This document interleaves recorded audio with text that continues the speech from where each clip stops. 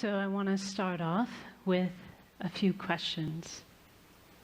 And I know a lot of other presenters have already asked you questions. And they've been kind of hard questions. But the questions I'm going to ask you are very, very simple.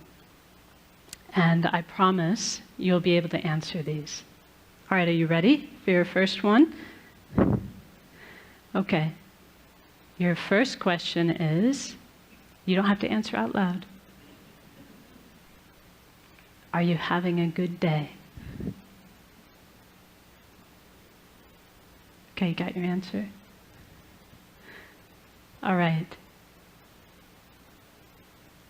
My second question for you is, why? If you're having a good day, why are you having a good day? Or if you're having a bad day, why are you having a bad day?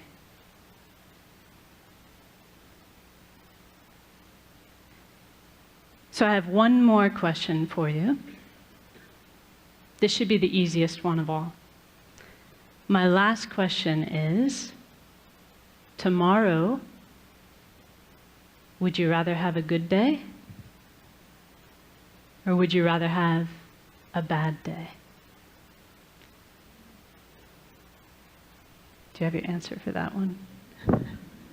What about the day after tomorrow? What about Sunday?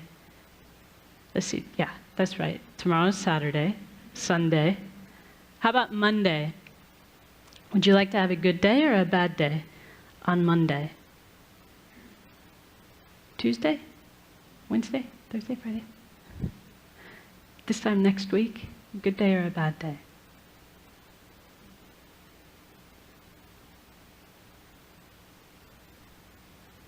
So that last question, like I said, is probably the easiest one for us to answer. Because we know the answer to that, don't we? We want to have a good day, every day. Did anyone in the room answer, yes, I want to have a bad day on Monday? Of course not. We all want to have a good day every day.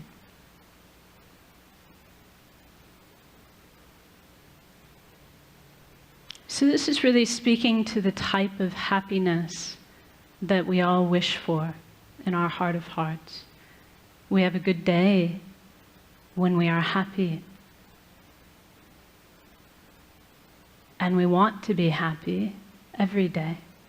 There's never a day when we don't want to be happy.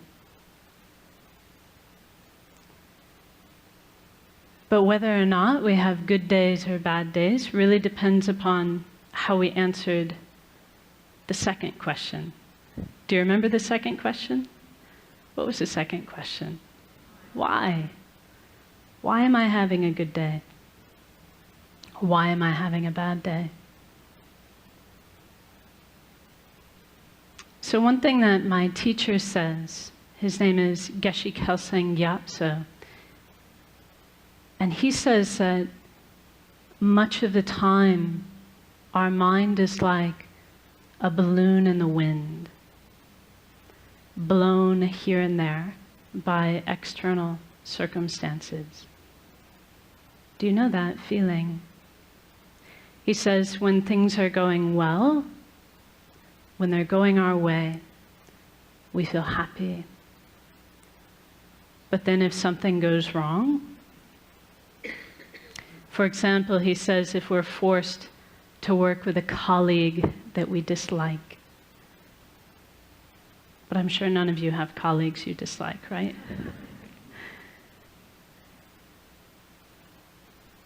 He says if we're forced to work with someone we dislike, or if something doesn't go our way, then our happy feeling disappears.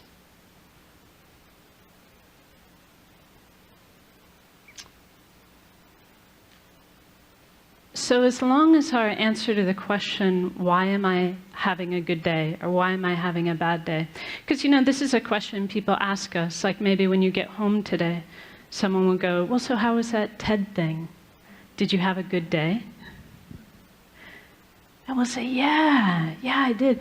There was this lady, and she talked to us about how we need to be about compassionate towards former inmates, and there was this performer who did this awesome beatboxing thing with his mouth, and this person and that person.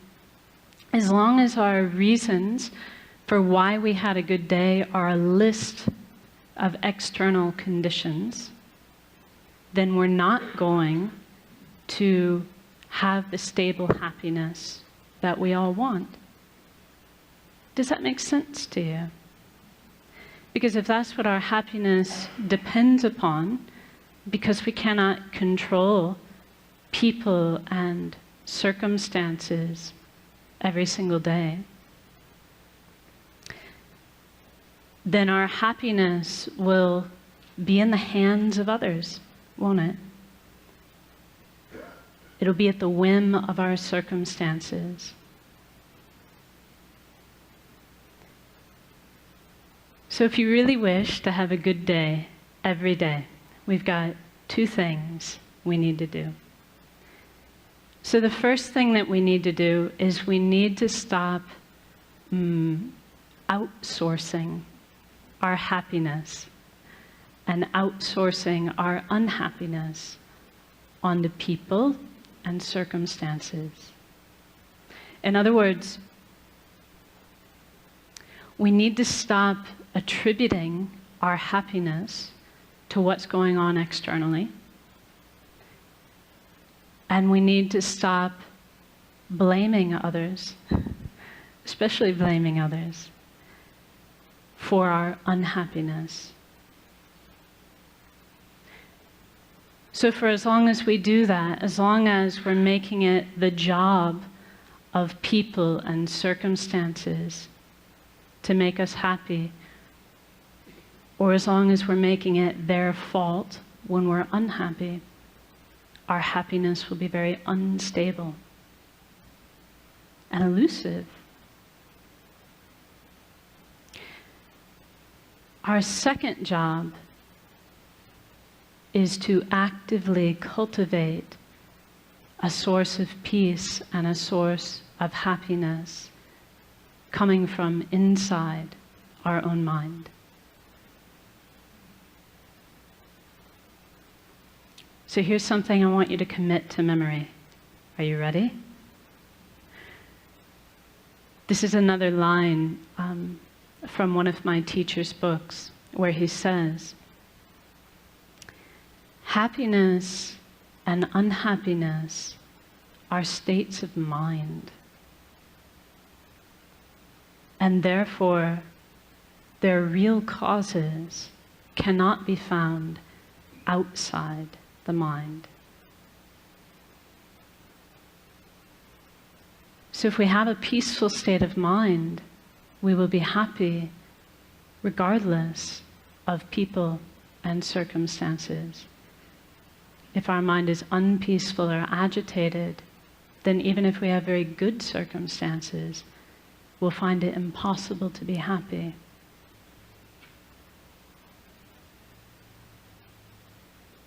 So in other words, it's not what is happening that is making us happy or unhappy. It is how we are responding to those things that determines whether we are happy or unhappy. It is what our state of mind is like that determines our happiness or our unhappiness. So how are we going to do this? So we can all understand this. Like intellectually, it's not rocket science, is it? It's not hard to understand. And maybe to a certain extent, as I tell you these things, you're like, yeah, I knew that already. I knew that already. But how do we actually do it? How do we actually cultivate this stable peace of mind that we can rely upon regardless of the external circumstances? So this is really where meditation comes into play. And I would say I would need a whole other TED Talk, hint, hint, in order to really do the subject of meditation justice. But for our purposes today, we can say that meditation is a mental action. It's the mental action of concentrating on a peaceful, positive state of mind. If we do that, if we concentrate on a peaceful, positive state of mind, then we can say we're meditating. Whether that's like this, right? See, actually, I don't know if I'm meditating or not, because I could be thinking about my grocery list.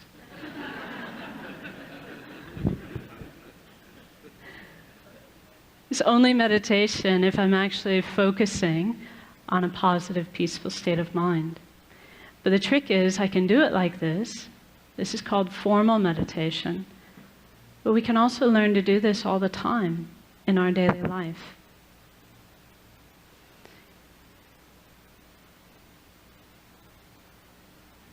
So see, here's a perfect opportunity. We concentrate on a mind of patience. We're not disturbed, not unhappy. So why don't we try it now? Are you up for it? Just a short meditation. According to the clock, I've got 3 minutes left. This is going to be a very brief one.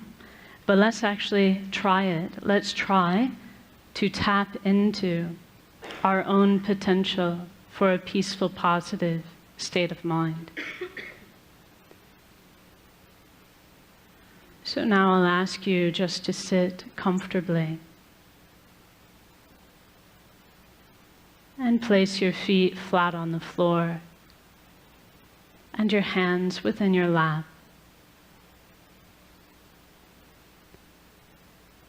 And then you can lightly close your eyes and become aware of the sensation of your breath at the tip of your nose.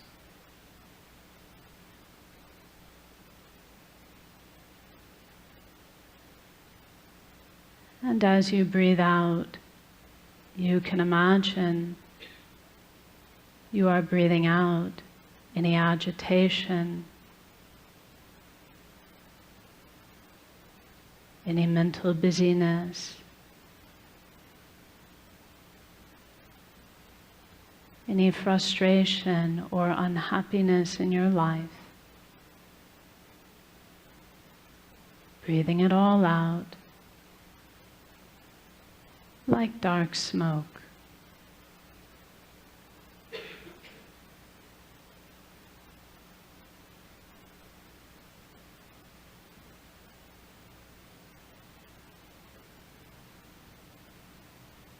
And as you breathe in, you can imagine and believe that you are breathing in a clear, bright light,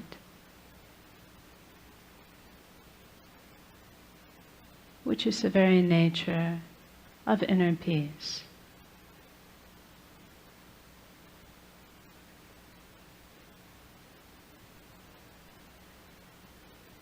And you can imagine that this clear, bright light fills your entire body and mind.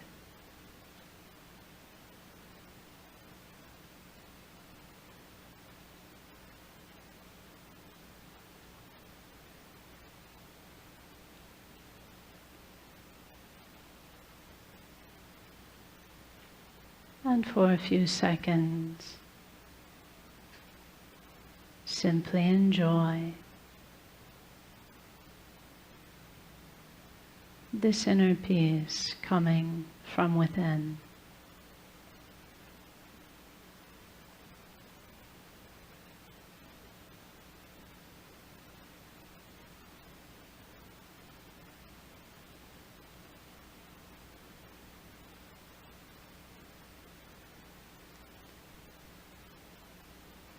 And now as we finish,